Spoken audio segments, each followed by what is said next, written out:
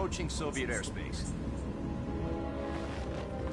20 minutes to drop off. Commencing internal depressurization. Equipment check. Arm main parachute. All right. You ready to go? Drop zone still showing a high pressure mass. Cav okay. Good. We've got high visibility.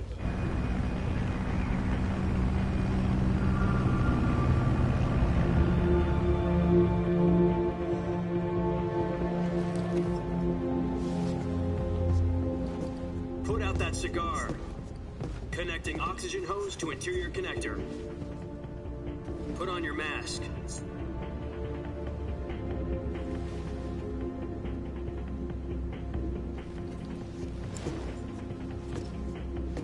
Does this panty waste know what he's doing? Approaching release point. 10 minutes to drop off. Hey, are you deaf?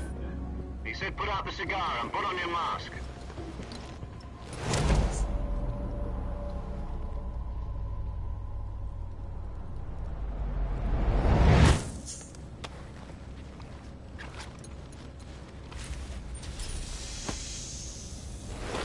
Depressurization complete. Checking oxygen supply. 6 minutes to drop off. Opening rear hatch.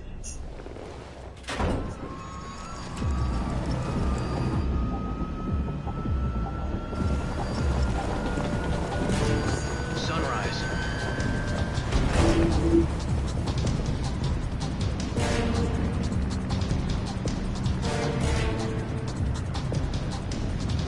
External temperature minus 46 degrees Celsius. 2 minutes to drop off. Stand up. You'll be falling at 130 miles per hour. Try not to get frostbite from the wind chill. 1 minute to drop off. Move to the rear. Activate bailout bottle. This is one for the history books. The world's first halo jump. 10 seconds to drop off. Stand by. Status okay. All green. Prepare for drop off. Countdown. 5, 4, 3, 2, 1. Spread your wings And fly. God be with you.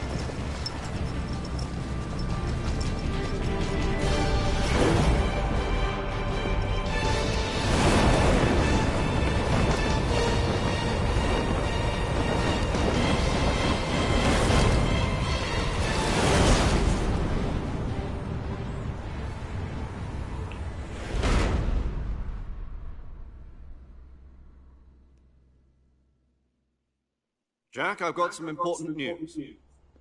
The head of the CIA has finally given us the green light for the virtuous mission. Virtual mission? No, the virtuous mission. The future of our Fox unit depends on it. If it succeeds, we'll be officially organized into a unit. Virtuous mission? Sounds like some kind of initiation ritual. You know, don't get cocky. This isn't a training op. Right. So what exactly is this wonderful mission? Well, about 2 years ago, a certain Soviet scientist requested asylum in the West through one of our moles. His name is Nikolai Stepanovich Sokolov. He's head of the OKB-754 Design Bureau, one of the Soviets' top-secret weapon research facilities, and the East's foremost expert on weapons development. Sokolov? Isn't he that famous rocket scientist? The very same. On April the 12th, 1961, the Soviets achieved the first manned spaceflight in history. The Earth was blue, but there was no God. Well spoken. The rocket that carried Yuri Gagarin to orbit was the A-1, known as the Vostok rocket. Sokolov is said to be the man most responsible for the multi-engine cluster used in that rocket. After Gagarin's flight, Sokolov left rocket development to become the head of the newly established Design Bureau. From a lowly technician to head of a design bureau, that's quite a success story, so why do you want to defect? It seems he'd become afraid of his own creations. Afraid? Call it a crisis of conscience. And for that, he left his country and his family behind and went over the fence? Not exactly. One of his conditions was that his family was also to be taken safely to the west. We used a mole to get the family out first, and succeeded in sneaking Sokolov over the Berlin Wall shortly afterwards. I was the one who conducted the operation. The security on the eastern side was still full of holes back then. Then what? We got Sokolov over in one piece, but the whole ordeal had left him exhausted, and we checked him into a hospital in West Berlin. It took him 2 weeks and more than 600 miles to get from the research facility in the Soviet Union to Berlin. He was in no condition to say anything coherent. And it was only a week later that we had something much bigger on our hands. The Cuban Missile Crisis. October the 16th, 1962, President Kennedy received word that the Soviets were in the process of deploying intermediate-range ballistic missiles in Cuba. The President demanded that the Soviets dismantle and remove the missiles. At the same time, he announced a naval blockade to prevent further missile shipments from reaching Cuba. But the Soviets didn't back down, instead placing their armed forces on secondary alert. Soviet transport ships carrying missiles continued on course towards Cuba. US and Soviet forces went on alert for an all-out nuclear war. Frantic negotiations were conducted through the UN's Emergency Security Council and unofficial channels to end the hair-trigger standoff. Finally, on October the 28th, the Soviet Union agreed to remove its missiles from Cuba, and so the world avoided a nuclear holocaust. But in order to get the Soviets to pull their missiles out, we had to make a deal. You mean the one where the US agreed to remove its IRBMs from Turkey? No. The Jupiter IRBMs deployed in Turkey were obsolete, and we were going to get rid of them anyway. They had no strategic value whatsoever to either the US or the Russians. The Turkey deal was a ruse, a cover story that was fed to the other intelligence agencies around the world. So what did the Russians really want? Sokolov. They wanted us to return Sokolov. You mean the Soviets pulled out of Cuba just to get their hands on Sokolov? That's right. What the hell was he working on? At the time, we had no idea. We were running out of time. It was either give up Sokolov or risk full-scale nuclear war. In the end, we had no choice. President Kennedy gave in to Khrushchev's demand. The next day, I got Sokolov out of the hospital, handing him over to agents on the eastern side. Sokolov kept on screaming, "Save me," until he disappeared from my sight. Then a month ago, we received some new information from one of our moles. About Sokolov? Yes. He was taken back to the research facility and forced to continue working on the weapon in question under KGB supervision. What's more, it's on the verge of completion. So what kind of weapon is it? Something to do with space rockets? No, missiles.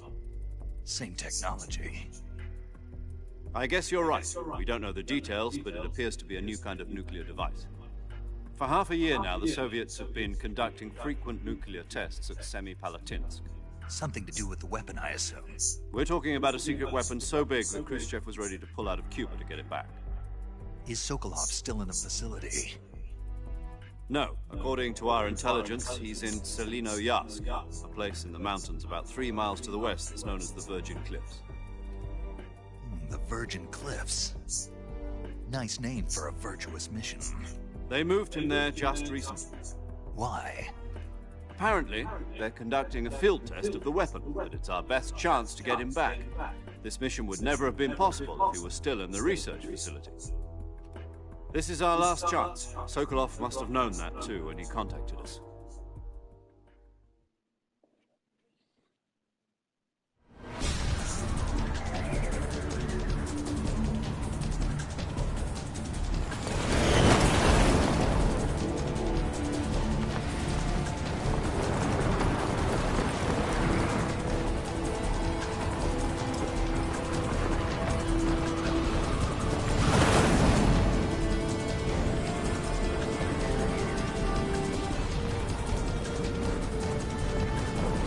Listen up, Jack. Your mission is to infiltrate Selino-Yarsk in the Soviet mountains, ensure the safety of Sokolov, and bring him back to the west.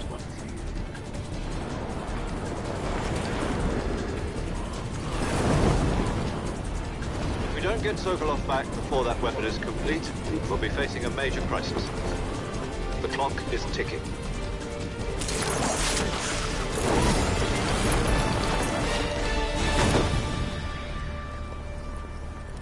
Once we've confirmed the rescue of Sokolov, stand by at the recovery point.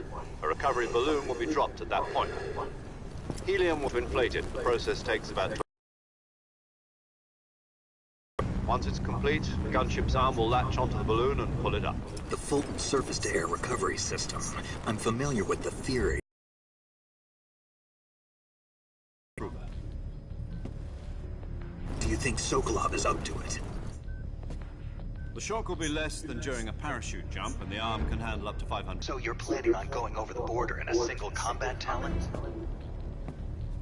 She's equipped with two 6-barrel 20mm Vulcan cannons, as well as two 40mm machine guns.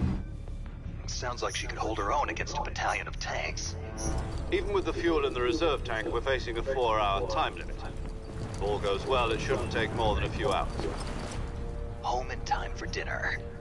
But if anything goes wrong, you'll be eating dinner, breakfast, and all the rest of your meals in the jungle.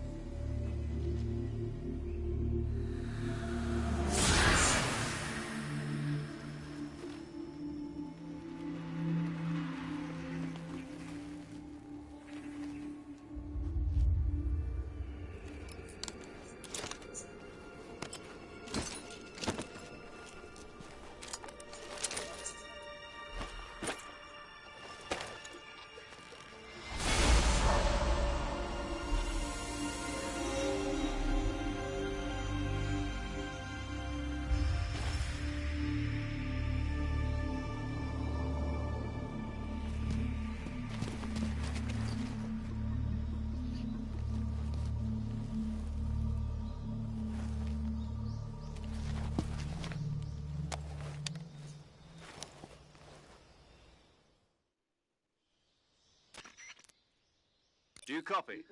You're already in enemy territory, and somebody might be listening in.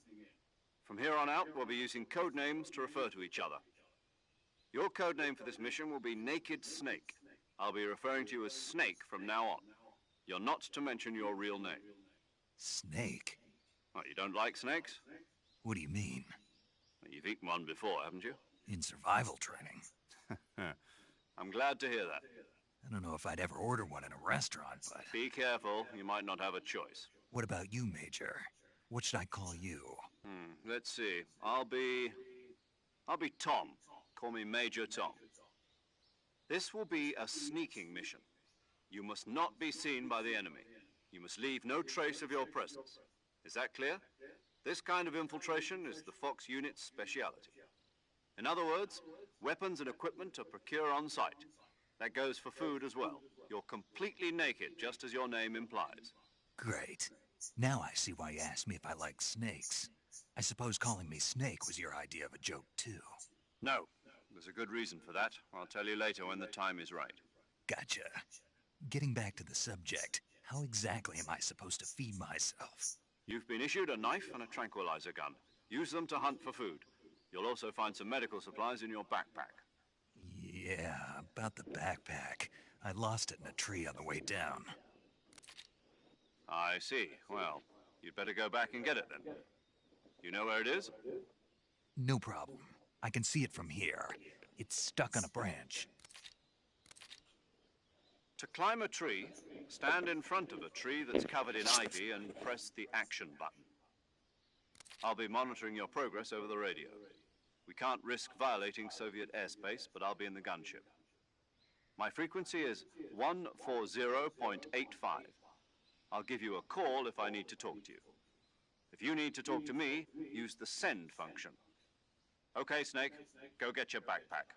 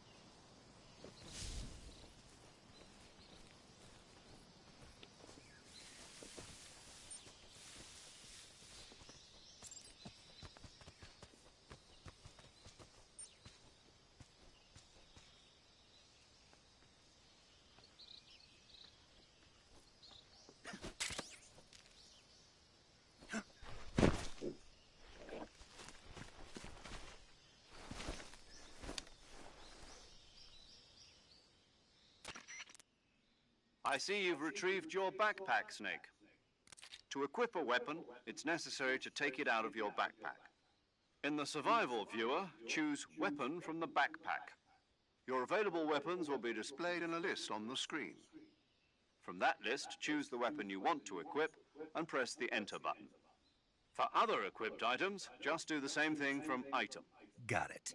Use the survival viewer backpack. Yep, that's right. Survival is fundamental to this mission. After you've been out in the field for a while, your stamina will start to drop. If your stamina gets too low, it'll affect your performance. You won't be able to shoot accurately, for example, and your wounds won't heal as smoothly. Keep an eye on your stamina so you don't run out. To recover lost stamina, you can hunt for local flora and fauna. You can use either your tranquilizer gun or your knife to hunt. My only weapon is a Mark 22 Hush Puppy tranquilizer gun? That's right. It's been fitted with its own suppressor.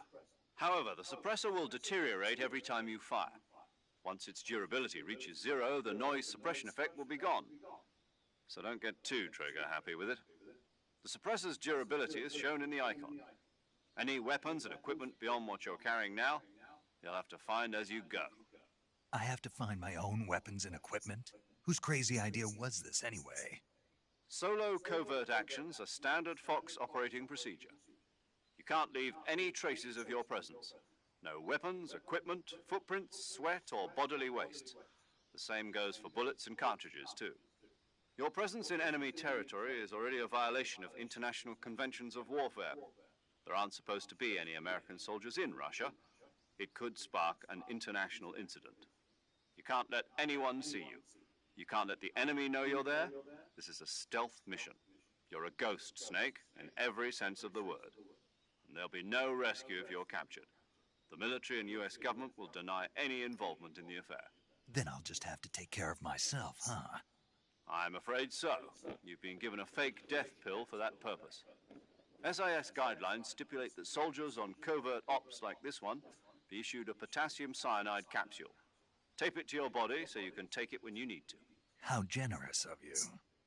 Use it if you're taken prisoner by the enemy. It'll send you into a state of false death for a short time. Fooling them into thinking that I'm really dead. So how do I come back to life? Just take the revival pill. You mean that thing they put in my tooth before the mission? That's the one. But be careful. If you remain in a state of false death for too long, nothing will be able to bring you back. Remember that. I'll keep it in mind. You said this was a solo mission, right? Right. I guess that means I can't count on any reinforcements. Correct. The mission rests entirely in your hands. A real one-man army. Relax. There's a support team ready to back you up over the radio. Who? I'll introduce them to you. This time, survival is of utmost importance. The first member of the support team will be in charge of monitoring your physical condition, acting as a medic, so to speak, as well as recording your mission data. She's a member of Fox as well, and She's here on the gunship with me. She? Hello, Snake. I'm paramedic. Nice to meet you. Paramedic. As in a medic who comes in by parachute. Aren't you going to tell me your real name?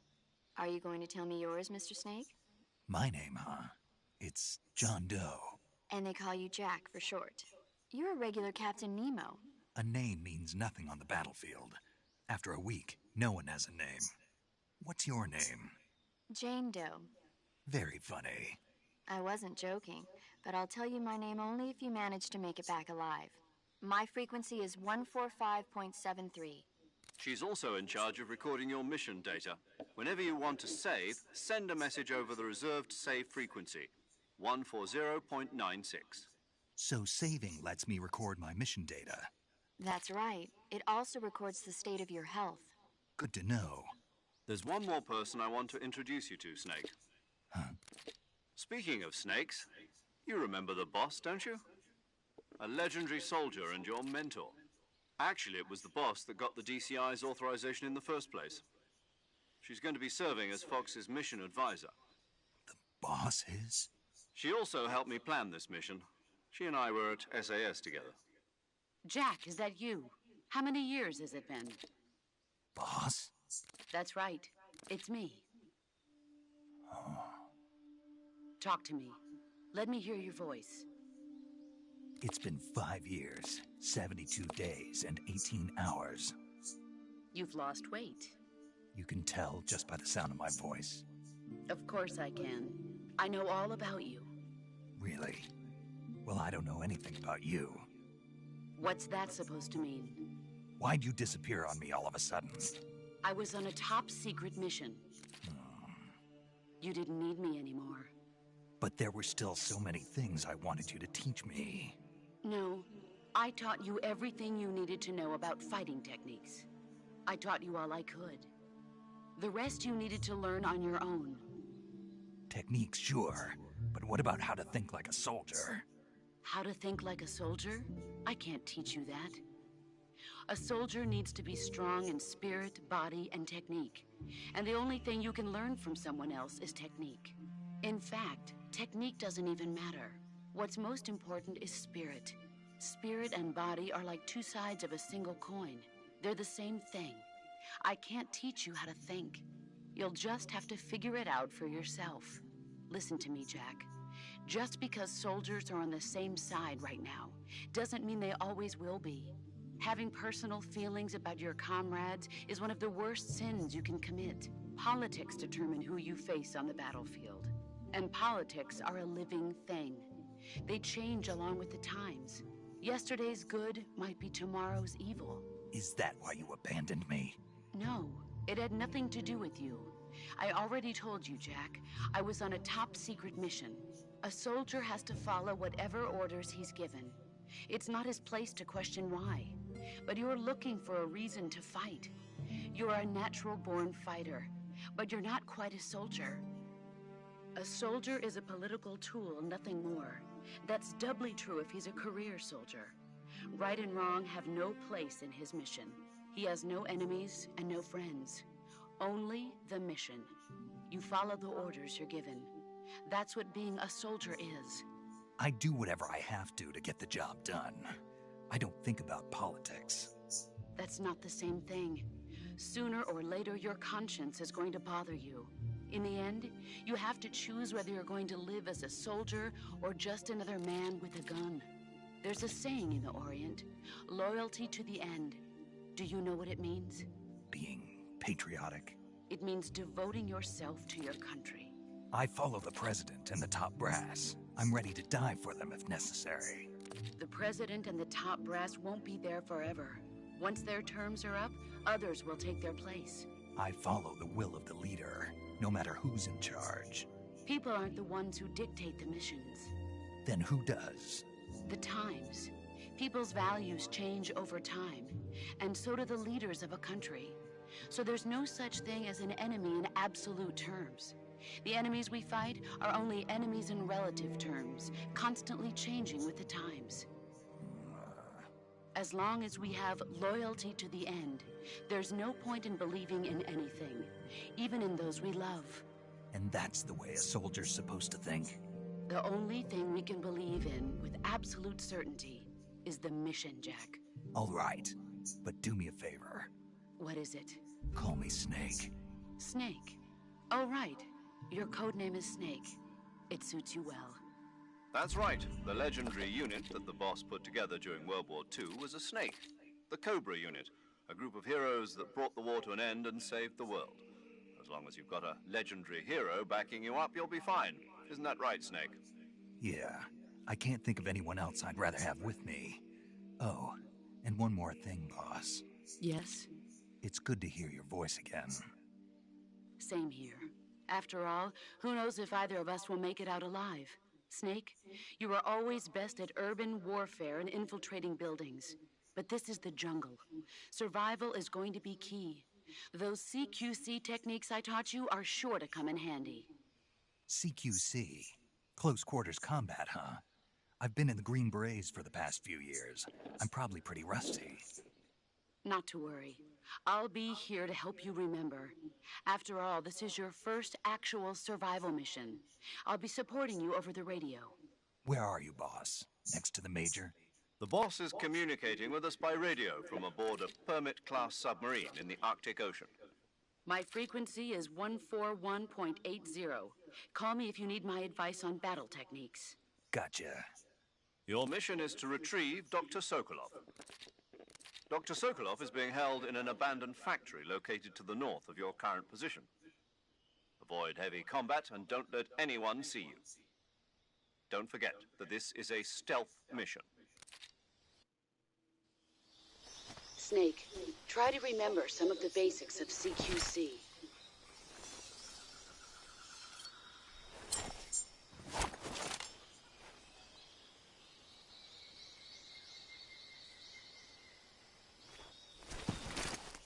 Commencing virtuous mission now.